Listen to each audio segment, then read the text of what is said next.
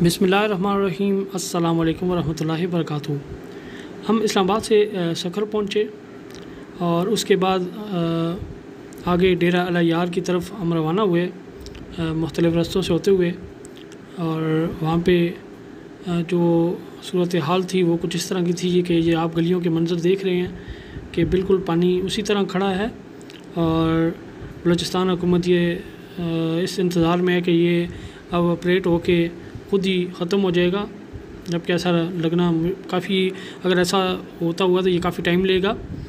और ये कोई निकासी का इंतज़ाम ख़ास नहीं है जिसकी वजह से ये पानी अभी तक उसी तरह खड़ा है। और ये जो है घरों की फाउंडेशन को भी ख़राब करेगा और खुदा न ख़ास्ता अल्लाह ना करे ये बाद में गिर भी सकता है। ये आप मस्जिद के मनाज़र देख रहे हैं, इसके भी तकरीबन हाफ़ तक पानी जो जा चुका हुआ है।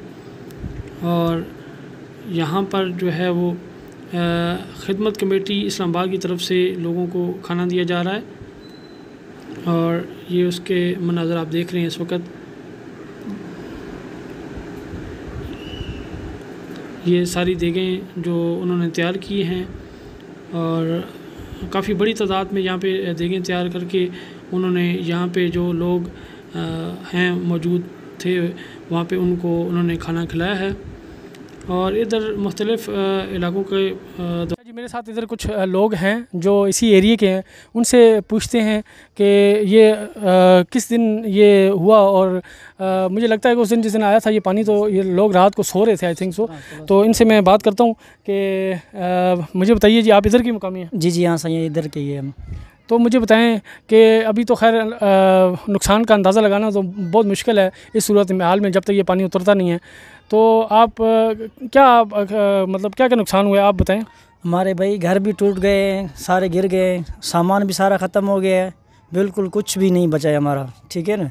राशन वगैरह भी कुछ सहूलत नहीं है, खाने पीने के लिए भी कुछ नहीं है। गवर्नमेंट कोई सहूलत नहीं दे रही है, ना ही टेंट दे रही है, ना कुछ राशन दे रही है।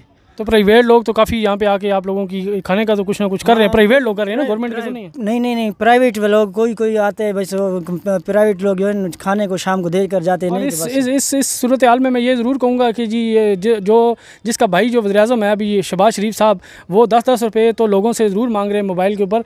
तो ज़रा उनसे ये भी पता कर लीजिएगा कि आपका अपने सगे भाई ने जो लंदन में बैठा हुआ है उसने कितनी इमदाद इन लोगों के लिए की है। बहरहाल ये मदद के लिए आपके मुंतज़िर हैं, कोशिश करें। एक और भाई इनसे बात करते हैं। अस्सलाम वालेकुम जी, नाम क्या आपका? शाबान अली। शाबान अली भाई, आप बताएं, आप इसी इलाके के हैं?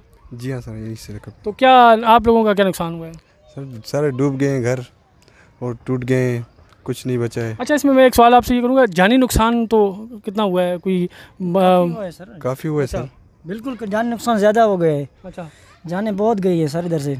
अच्छा, अभी तक आप लोगों को अंदाज़ा नहीं है? लाशें वैसे बह रही है सर, पानी में बह रही आ रही है, लाशें देख रहे हैं हम। कुछ भी नहीं है, सहूलत नहीं मिला अभी तक, कुछ चीज़ की सहूलत नहीं है। आप लोगों ने इनकी सुनी है? दवाई की सहूलत है, ना ही टेंट की सहूलत है, कुछ चीज़ की सहूलत नहीं है।